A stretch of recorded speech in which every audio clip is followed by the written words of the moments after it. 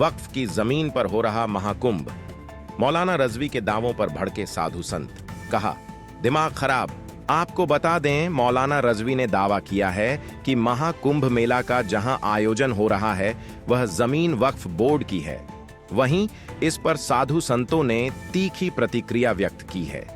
अखादा परिषद के अध्यक्ष रविंद्र पुरी महाराज ने रजवी के बयान की कड़ी आलोचना करते हुए कहा कि मौलाना का दिमाग खराब हो चुका है। यही वजह है कि वो इस तरह की बात कर रहे हैं। उन्होंने कहा कि जिस जमीन पर महाकुंभ का आयोजन होता है वो गंगा यमुना का क्षेत्र है, यहां किसी का कोई अधिकार नहीं है। वही मौलाना के इस बयान पर कुछ संतों ने पलटवार करते हुए उनके पैगंबर साहब पर ही सवाल कर दिए हैं। साजिश या ब्लैगर की करतूत। जगन्नाथ मंदिर के ऊपर घंटे भर मंडराता रहा ड्रोन, जांच में जुटी पुलिस। पुरी के जगन्नाथ मंदिर के ऊपर रविवार की सुबह एक ड्रोन उड़ते हुए देखा गया है। यह ड्रोन करीब 1 घंटे तक मंदिर शिखर के ऊपर रहा और इसके बाद वहां से चला गया। यह खबर जैसे ही पुलिस और प्रशासन को मिली, हड़कंप मच गया। आनन फानन में मामले की जांच शुरू कर दी गई है। हालांकि अभी तक साफ नहीं हो सका है कि मंदिर के ऊपर ड्रोन किसी साजिश के तहत भेजा गया था या फिर किसी ब्लॉगर की करतूत है।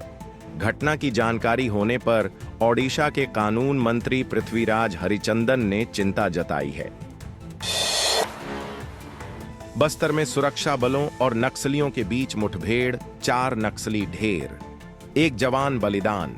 छत्तीसगढ़ के बस्तर क्षेत्र में सुरक्षा बलों और नक्सलियों के बीच मुठभेड़ की खबर है, जिसमें 4 नक्सली ढेर हो गए हैं।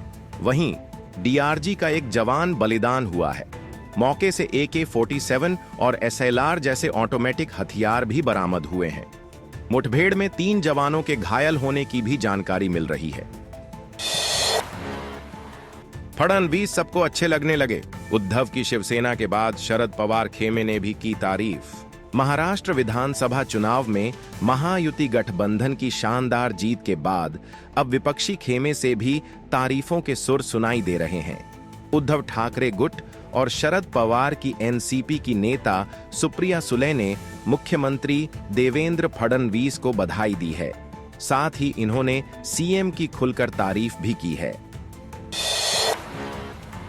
अभी दिल्ली में आपदा, केवल बीजेपी कर सकती है विकास। दिल्ली की रैली में बोले पीएम मोदी। दिल्ली में विधानसभा चुनाव को लेकर राजनीति जोरों पर है। इस बीच प्रधानमंत्री नरेंद्र मोदी ने रोहिणी में रैली को संबोधित करते हुए केंद्र सरकार के कामों को गिनाया। इस दौरान उन्होंने दिल्ली के विकास को लेकर अपनी बातें रखी। पीएम मोदी ने कहा कि अगले 25 वर्ष भारत और दिल्ली के लिए बहुत महत्वपूर्ण हैं। ये वर्ष भारत के विकसित भारत बनने के साक्षी होंगे। दिल्ली में विधानसभा चुनाव को लेकर राजनीति जोरों पर है। इस बीच प्रधानमंत्री नरेंद्र मोदी ने रोहिणी में रैली को संबोधित करते हुए केंद्र सरकार के कामों को गिनाया। इस दौरान उन्होंने दिल्ली के विकास को लेकर अपनी बातें रखी। पीएम मोदी ने कहा कि अगले 25 वर्ष भारत और दिल्ली के लिए बहुत महत्वपूर्ण हैं। ये वर्ष भारत के विकसित भारत बनने के साक्षी होंगे।